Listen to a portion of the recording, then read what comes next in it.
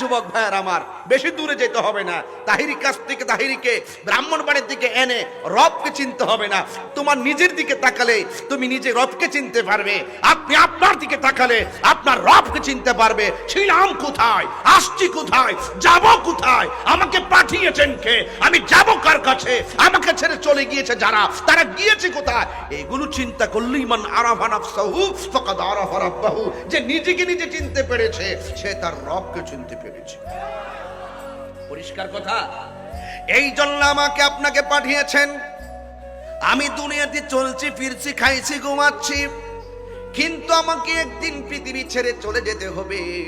কারণ আমার শুরুর মালিক যিনি, শেষের মালিকও তিনি। আল্লাহ বলছেন ইন্নাহু হুয়া ইউবদিউ ওয়া ইউঈদ, নিশ্চয়ই তিনি সে আল্লাহ যিনি আমার শুরুর মালিক, আমার শেষের মালিক।